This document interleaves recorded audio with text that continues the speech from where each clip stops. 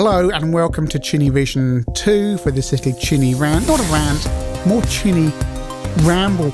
Partly inspired by some stuff that's happened to Mr. Biffo this week in his letters page, with people asking him to do specific things and commenting on the channel in a certain way, but also a Hubnut as well. If you don't know his channel, he does a channel about old cars, and he's done a couple of things this week about talking about how, you know, his personal relationship with the channel and the viewers as well. Now, I've come to this kind of, not accidentally, it's the wrong word. Some people set out to be professional YouTubers, which I'm not, because I don't earn my living from this, but I am a YouTuber, I guess. It sounds like an insult. YouTuber. YouTuber. It sounds like someone's calling you a potato. And I'm on here, and there's definitely a disconnect between the reality of this, I guess, and the reality of me in real life. The thing is, Biffo's having is people kind of passing comment, of feeling that like they have ownership of his channel. They're complaining about the content. It's just a couple. It's a very small minority.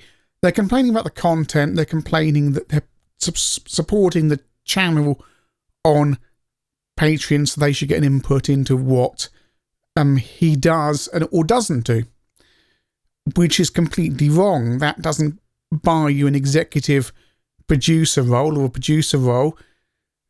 If you're doing a hobby channel like this, like Biff, I'm sure he's not earning a crust from it. I'm sure he spends all of it on stupid props and various bits and pieces to make the videos. If you're doing a channel like that, you're doing it as a hobby, so you've got to please yourself. It's the same here when people say to me, oh, you should cover this game or that game. And you look at it and you go, yeah, but I don't fancy that at the moment. Because the incentive to do this kind of thing is, it's to please yourself. It's to please yourself, and then if other people enjoy it, that's absolutely brilliant. But really, if you're not happy doing what you're doing, why are you doing it? Unless you're getting paid a whole lot of money. But I'm guessing people like Dave Jones on the EEV blog, who do earn a living off this stuff, I guess he's still doing the stuff he wants to do as well. He probably throws in a few things like Mailbag that are very popular, but he's doing the projects he wants to do. So that he enjoys it. But to get people telling you what to do on your channel, feedback's useful, but the only ownership is the content creator, because they have to come up with the ideas, they have to shoot it, they have to edit it.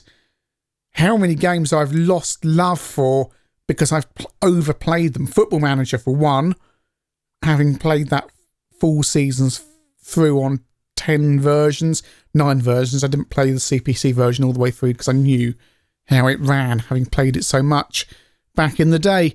But people saying you should do more of this or more of that, it's useful suggestions, but there's no ownership there. And with something like Digitiser or Hubnut, it's more personal because they're appearing in the videos. I'm hiding like a coward by design.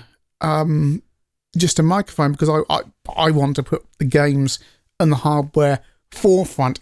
I am not a personality. I do not wish to be a personality. I'm just a guide into this stuff, if you see what I mean. And when you're putting yourself in front of camera, people perhaps think they know you. Hubnut certainly said people have turned up at his house wanting to have a look around his garage, which is nuts. Because they think they've got this ownership. Back in the day, because I'm into my old TV, as some of you know, people used to believe that the Crossroads Motel was real.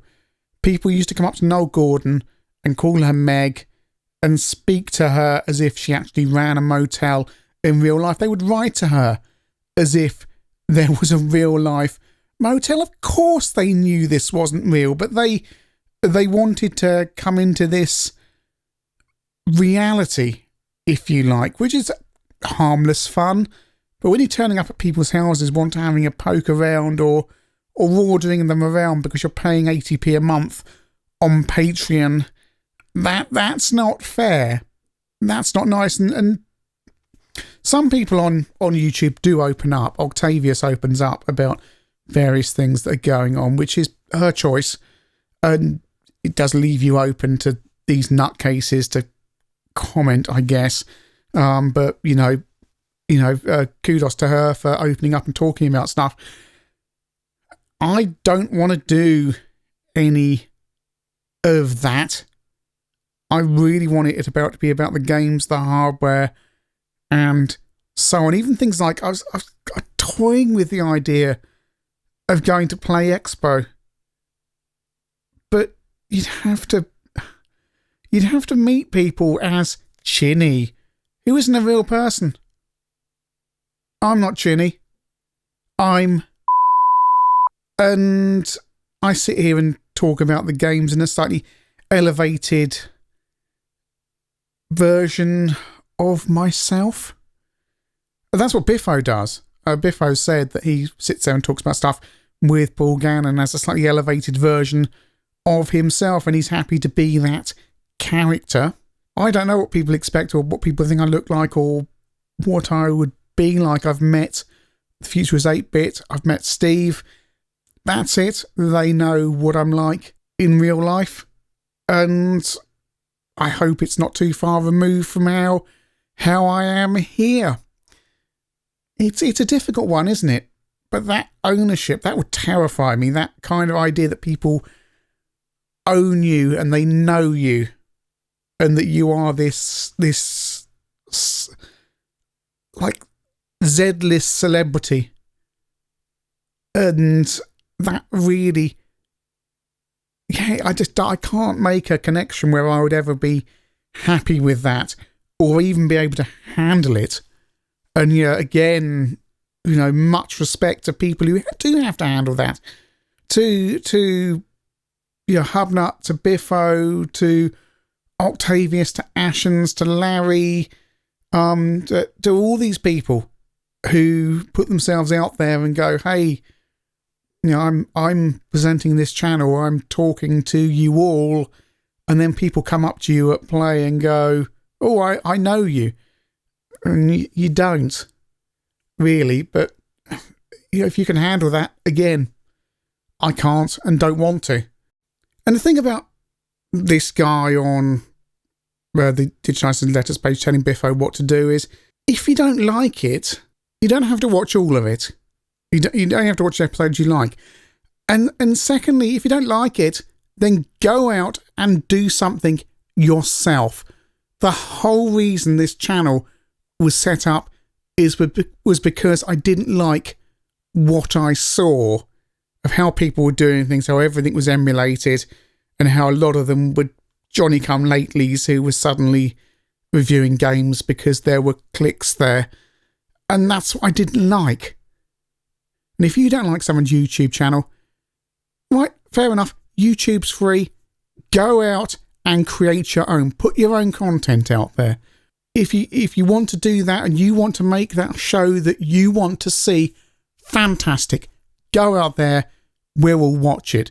But I suspect you're like the guy at the disco who goes up to the mobile DJ and says, can you play my songs?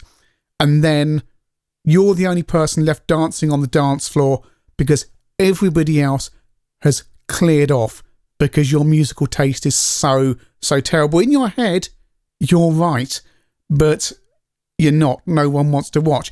So if you want to make those comments, just, go out and either you're going to be a hit or nobody's going to watch.